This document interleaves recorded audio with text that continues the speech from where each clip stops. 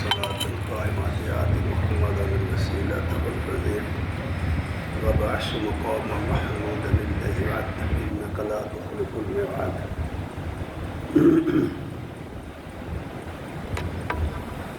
الحمد للہ الحمد للہ وکفا وسلام علی عبادہ الذین اصطفیٰ والصلاة والسلام علی من لا نبی بعدہ وعلی آلہ وصحبہ ومن نحا نحو اما بعد. اعوذ باللہ السمیع العلیم من الشیطان الرجیم. بسم اللہ الرحمن الرحیم. واذکر فی الکتاب ابراہیم انہ کان صدیقا نبیا. وقال النبی صلی اللہ علیہ وآلہ وسلم فی حدیث مبارکہ عن نبی سعید الخدری فقال رسول اللہ صلی اللہ علیہ وآلہ وسلم ان من امن الناس علی فی صحبتہ ومالہ ابا بکر ولو كنت متخذا خلیلا غیر ربی لاتخذت ابا بکر. صدق اللہ و مولانا العظیم و صدق رسولہ النبی الکریم ونحن علی ذلک لمن الشاہدین والشاکرین والحمد للہ رب العالمین. السلام علیکم ورحمۃ اللہ وبرکاتہ. ہر قسم کی حمد و ثناء کے لائق اللہ جل شانہ کی ذات عظیم ہے اور بے بہا درود و سلام محمد رسول اللہ صلی اللہ علیہ وآلہ وسلم پر اور آپ کی آل اور اصحاب پر. حضرات گرامی قدر، اللہ تبارک تعالیٰ نے یہ دنیا، جس دنیا میں ہم رہ رہے ہیں، یہ آزمائش کی دنیا بنائی ہوئی ہے.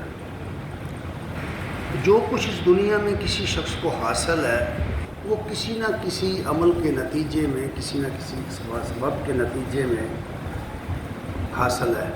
خصوصی طور پر جو لوگ صالحین ہیں، انبیاء کی پیروی کرنے والے ہیں، ان کو جو مراتب حاصل ہوئے ہیں، آج ہیں،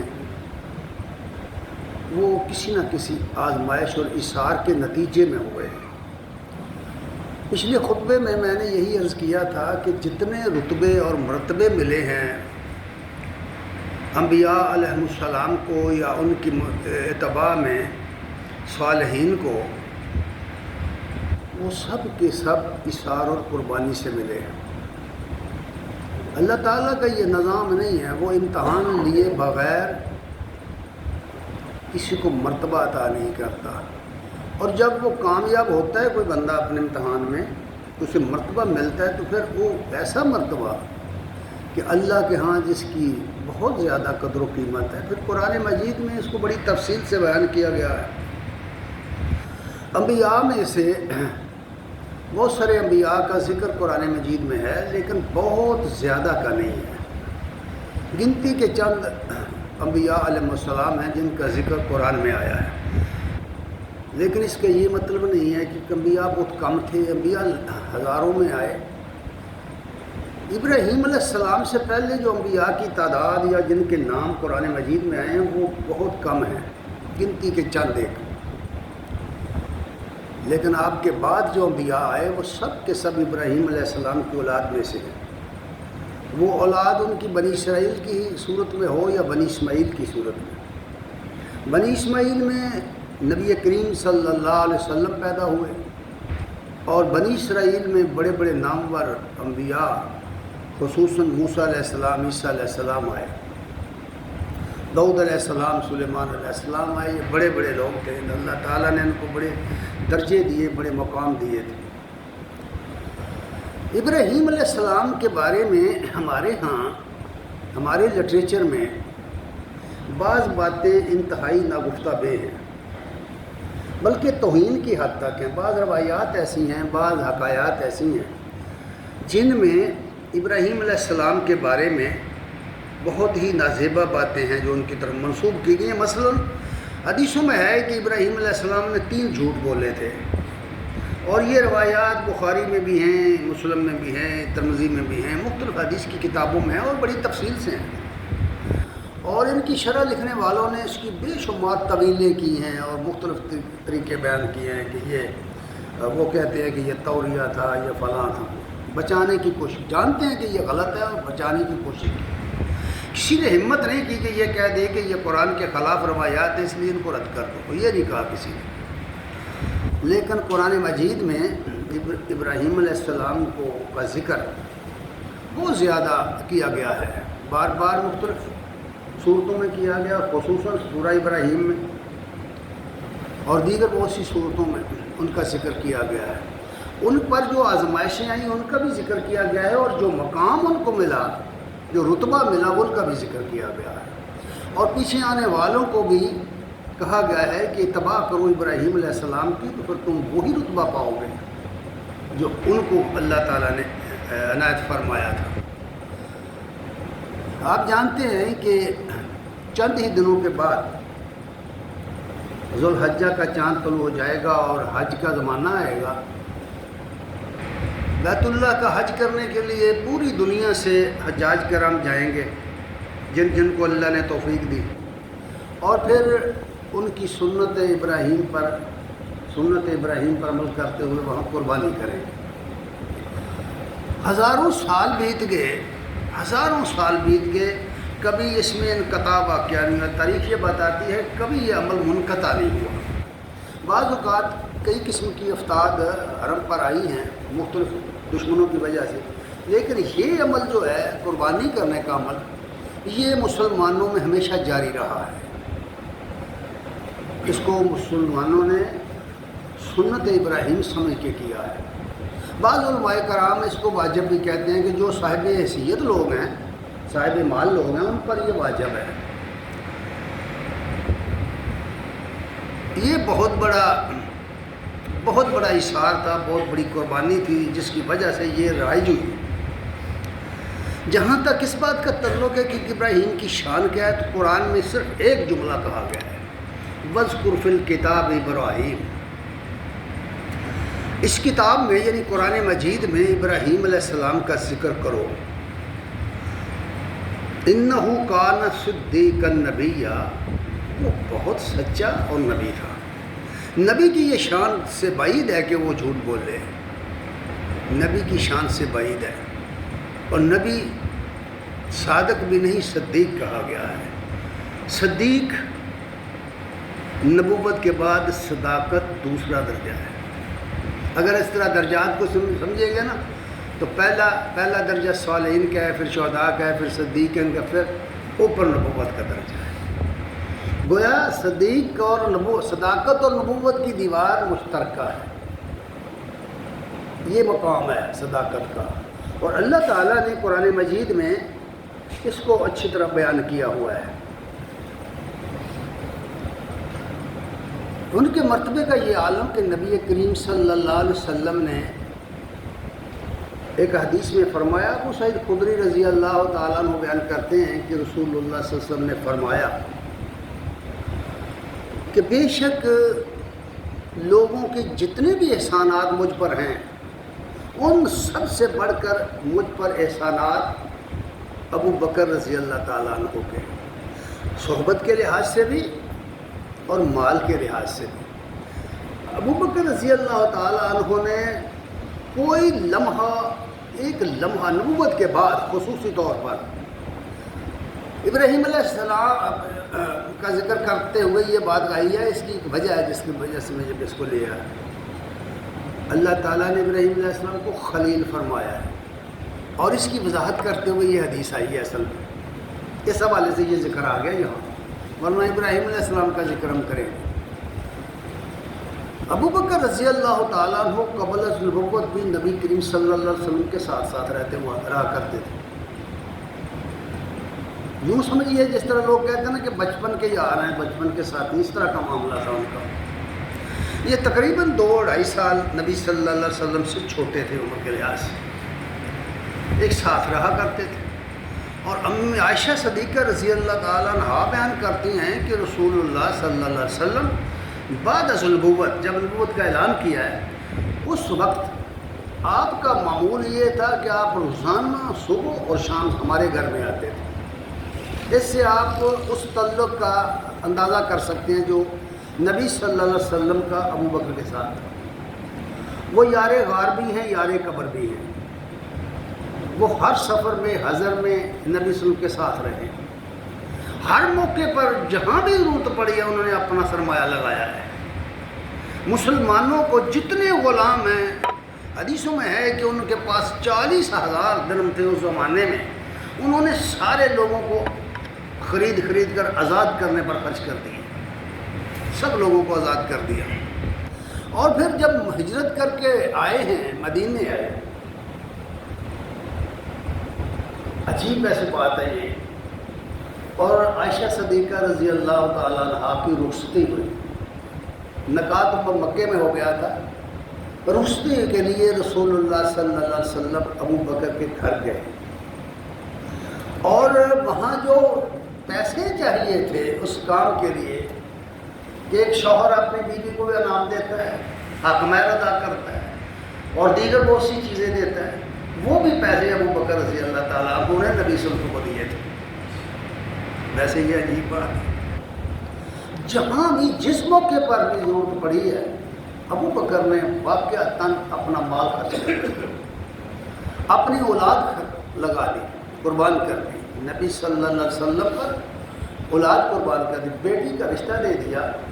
اور ہجرت کے موقع پر غار ثور میں عبداللہ بن ابی بکر ساری رات مکے میں گزار کر پھر سارا دن کھانا وہاں پہنچاتے تھے۔ اسما بنت ابی بکر نے باقاعدہ اپنا دوپٹہ پاڑ کر اس تھیلے کا منہ باندھا تھا، ان کو آج بھی ان کا یہی نام پڑا ہوا ہے، پٹ کے والی۔ تو گویا ابو بکر کا یہ مقام ہے، اس لیے فرمایا کہ اگر آپ جو بات کہنی ہے وہ سمجھیے گا، جس شخصیت کا یہ مقام ہے اس کے بارے میں آپ فرما رہے ہیں کہ اس کے احسانات تو مجھ پر بہت زیادہ ہیں، سب لوگوں سے زیادہ، ساتھ ساتھ رہنے میں بھی اور مال خرچ کرنے میں۔ لیکن فرمایا لو کنت متخذا خلیلا وغیر ربی، لیکن اگر میں اپنے رب کے سوا کسی کو خلیل بناتا تو ابو بکر کو بناتا۔ کیا سمجھیں آپ؟ ذرا سوچیے، کیا سمجھے؟ نبی صلی اللہ علیہ وسلم کیا فرما رہے ہیں؟ اللہ کے سوا، اپنے رب کے سوا اگر دنیا میں کسی کو خلیل بناتا تو ابو بکر کو بناتا، ابو بکر کو بناتا۔ کیا مطلب ہے؟ خلیل جو ہے نا، لفظ خلیل خلتوں سے آئے تو جگری یار کو کہتے ہیں، اس بندے کو کہتے ہیں جس پر آپ سب کچھ اپنا قربان کرتے ہیں، اس کو کہتے ہیں۔ اسی لیے قرآن میں ہے کہ کل قیامت کے دن تمہارے کام نہ تو کوئی تمہارا جگری دوست آئے گا، نہ تمہارا مال آئے گا۔ اس لیے فرمایا کہ میں اللہ کی سوا، اپنے رب کے سوا کسی کو خلیل بناتا تو ابو بکر کو بناتا۔ ابو بکر کا جو مقام ہے، ان کا لقب صدیق ہے، ابو بکر صدیق مشہور ہے۔ یہ اپنی صحابہ کرام کے اندر سب کے علاوہ ایک شخص ہے صرف پورے صحابہ کے اندر جس نے یہ نہیں پوچھا کہ آپ نبی کیسے ہیں، دلیل کیا ہے اس کی، یہ نہیں پوچھا۔ باہر سے سنا کہ آپ کے دوست، آپ کے ساتھی کہتے ہیں کہ میں نبی ہوں، آئے آپ کے پاس، پوچھا میں نے یہ سنا ہے، آپ نے فرمایا ہاں میں نبی ہوں، میرے اوپر وحی آئی۔ تو آپ نے فرمایا آپ کیا کہتے ہیں؟ فرمایا میں یہ کہتا ہوں کہ اللہ کے سوا کوئی الہ نہیں، اور اس بات کی گواہی دو کہ محمد صلی اللہ علیہ وسلم اللہ کے رسول ہیں۔ اسی وقت گواہی دے دی، کلمہ پڑھ لیا۔ یہ ان کا مقام ہے، اس لیے انہیں یہ بنایا۔ اور یہی وجہ ہے کہ ان کی فضائل میں بہت ساری حدیث ہیں. میں نے پہلے عرض کیا ہے نا کہ صداقت کا مقام نبوت کے ساتھ ہے. قرآن میں یہ بات ہے، میں بلا دلیل بات نہیں کر رہا، نہ میری یہ عادت. سورہ نساء کی آیت نمبر 69 میں ہے وَمَن يُطِعِ اللَّهَ وَالرَّسُولَ، وہ شخص جو اللہ اور رسول کی اطاعت کرے. اس طرح کی اطاعت نہیں جس طرح کہ ہم لوگ کرتے ہیں، جس طرح کی نہیں، اس کی بات نہیں ہو رہی. ہمارا بہت پتہ نہیں کس مقام پر ہیں ہم لوگ. مَن يُطِعِ اللَّهَ وَالرَّسُولَ فَأُولَٰئِكَ مَعَ الَّذِينَ أَنْعَمَ اللَّهُ عَلَيْهِم مِّنَ النَّبِيِّينَ وَالصِّدِّيقِينَ وَالشُّهَدَاءِ وَالصَّالِحِينَ. جس شخص نے اللہ اور رسول کی اطاعت کی یہ ان لوگوں کے ساتھ ہوگا جن پر اللہ نے انعامات کیے، جنہیں رتبے دیے.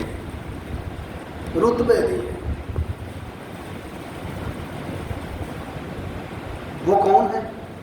ان میں پہلا درجہ بھی آتا ہے علیہم من النبیین، اس کے نیچے ساتھ ہی والصدیقین، سچے لوگ. سچ صرف بولنے کا نام نہیں ہے، سچ عمل کرنے کا بھی نام ہے.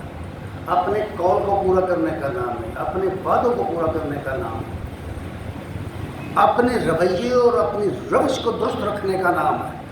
گویا بندہ جب تک سراپا صداقت نہ بنے یہ مقام نہیں ملتا. سراپا صداقت نہ ملے بنے اس وقت تک یہ مقام نہیں ملتا. والصدیقین والشہداء، لفظ شہداء کا ہمارے ہاں ایک یہ تعارف بن چکا ہے کہ جو لوگ اللہ کی راہ میں قتل ہوں انہیں شہید کہا جاتا ہے. لیکن قرآن یہاں وہ بات نہیں کر رہا، قرآن ان کی بات نہیں کر رہا. یہاں وہ بھی ہیں ان کے اندر کہ ایک درجہ وہ ہے. شہداء وہ ہیں جنہوں نے اللہ کے دین کی شہادت دی ہے، جس نے ہمیں اس کی علم برداری کی، اس کا جھنڈا اٹھا کر کھڑے ہوئے، اس کی دعوت دی ہے دنیا کو. پھر دعوت کے نتیجے میں وہ سارے عمل واقع ہوئے ہیں، حتیٰ کہ اللہ کی راہ میں قتل ہو گئے لوگ، شہادت کے اس مرتبہ تال پر فائز ہو گئے. تو اس لیے فرمایا گیا ہے کہ پھر شہداء کا درجہ ہے سب سے بڑا وہ لوگ حق کے گواہ بن کر اٹھے دنیا میں. حق کے گواہ بننا بہت مشکل ہے. قرآن میں کہا گیا ہے کہ اہل ایمان کا وصف یہ ہے وَتَوَاصَوْا بِالْحَقِّ، وہ ایک دوسرے کو حق کی تلقین کرتے ہیں، وہ حق کی بات کرتے ہیں، وہ حق کی ادائیگی کرتے ہیں، وہ حق کے لیے جیتے، حق کے لیے مرتے ہیں. وہ لوگ ہیں. اپنے آپ کو اس کالم میں ڈالنا، درست کرنا، اپنے آپ کو ٹھیک کرنا، اپنا جائزہ لیتے رہنا، میں کہاں پھسل رہا ہوں، کہاں میں غلط ہوں. یقین مانیے بعض اوقات آدمی بالکل سمجھتا ہے میں ٹھیک کر رہا ہوں لیکن وہ ٹھیک نہیں کر رہا ہوتا. اس کی وجہ یہ ہوتی ہے کہ وہ اپنا جائزہ نہیں لیتا. اگر اس کی مجلس بدل گئی ہے، اس کا گفتگو بدل گئی ہے، اٹھنا بیٹھنا بدل گیا ہے، تو وہ سمجھ لیں کہ کام خراب ہو گیا ہے. اپنا جائزہ، جو شخص یہ نہیں کرے گا وہ پھسل جائے گا، کبھی اپنے مقام پر نہیں کھڑا رہے گا. یاد رکھنا یہ بات. اس لیے فرمایا گیا والصالحین، جنہوں نے اپنے عقائد کو، اپنے اعمال کو درست کیا، جنہوں نے اپنے اعمال کو اور عقائد کو درست کیا، وہ صالح ہوتے ہیں. صالح صرف کسی لباس کا نام نہیں ہے، یہ نمازیں پڑھتے رہنے کا نام نہیں ہے. اپنے تمام معاملات کو ٹھیک کر لینا، درست کر لینا، اپنے قول و عمل کا جو تضاد اسے ختم کر دینا، اس کو صالح کہتے ہیں. صالح پر کے لفظ پر گفتگو کرے یا کبھی بیان کرے تو پتہ چلے کہ یہ صالح ہوتا کیا ہے، کیا ہوتا ہے صالح. اس لیے اللہ تعالیٰ فرما رہے ہیں کہ یہ وہ لوگ ہیں. پھر فرمایا کہ دنیا میں اگر کوئی صحیح مجلس ہے یا صحیح لوگ ہیں تو وہ یہی ہے. حسن اولئک رفیقا، لوگوں یہ بندے تلاش کرو اپنی مجلسوں کے لیے، اپنی دوستی کے لیے، اپنے تعلق کے لیے. یہ بندے تلاش کرو، یہ وہ بندے جن کے اندر یہ علامات ہیں ان کو تلاش کرو. اور یاد رکھیے صحبت صالح صالح کنات توبت طالح طالح صحبت طالح طالح کنات. اچھے لوگوں کی صحبت نیک صالح کی صحبت صالح بنا دیتی ہے اور طالح کی صحبت طالح بنا دیتی ہے. یہ تو اصول بیان کیا گیا ہے. شیخ سعدی رحمہ اللہ کا نے ایک حکایت لکھی ہوئی ہے گلستان میں. مختصر عرض کر دیتے ہیں کہ ایک دفعہ شاعروں کا ایک تخیل ہوتا ہے، وہ تخیل سے بات کرتے ہیں، مثال سے بات کرتے ہیں. وہ کہتے ہیں کہ ایک دفعہ میں حمام میں نہانے کے لیے داخل ہوا، حمام میں داخل ہوا، پاؤں پھسلا تو گر گئے، زمین پر ہاتھ جو پڑا نا تو اس میں گارا لگ گیا، ہاتھ میں گارا لگ گیا. میں جب دیکھا تو اس وہ خوشبوئیں پھوٹ رہی تھی، گارے سے خوشبوئیں پھوٹ رہی تھی. میں نے پوچھا تو حقیر مٹی ہے، تیرے اندر خوشبو کہاں سے آ گئی؟ مٹی نے بولا سعدی اس جگہ جس جگہ آج غسل خانہ بنا ہوا ہے اور جہاں آپ نہانے آ گئے ہیں، کبھی اس مٹی میرے وجود پر ایک گلاب کا پودا تھا، اس کی خوشبو میرے اندر سرایت کر چکی ہے. کیا کہا آپ نے، کیا سمجھایا انہوں نے کہ صالح کی صحبت جو ہے وہ ہمیشہ اس کے اندر رہتی ہے، بندے کے اندر اس کے اثرات کا یہ عالم ہوتا ہے. لیکن اپنے آپ کو درست کیجئے، ذرا اپنی سوچ ٹھیک کیجئے، طلب پیدا کیجئے نا اپنے اندر، صالحیت کی طلب تو ہو. طلب کے بغیر کام کرنا یقین مانیے کوئی نتیجہ نہیں نکلتا. ساری عمر لوگ نمازیں پڑھتے رہتے ہیں، انہیں پتہ ہی نہیں ہوتا نماز ہوتی کیا ہے. ساری عمر لوگ روزے رکھتے ہیں، کچھ پتہ نہیں اس کا نتائج کیا ہے. اس طرح دیگر امور. تو ابراہیم علیہ السلام نے کہ یہ جو ضمناً میں نے گفتگو کی ہے، اس میں فرمایا کہ اس دنیا میں حسن اولئک رفیقا، یہ لوگ ہیں انہیں تلاش کرو، ان کی صحبت اختیار کرو بھائی، ان کی صحبت اختیار کرو. چھوڑ دو دیگر صحبتیں، یہ دنیا کی صحبتیں ہیں، یہ دنیا کی مجلسیں ہیں. یہ جتنی مجلسیں آپ نے بنا رکھی سب دنیا کی مجلسیں ہیں. آخرت کی کامیابی کے لیے صالحین کی صحبت تلاش کرنی ضروری ہے.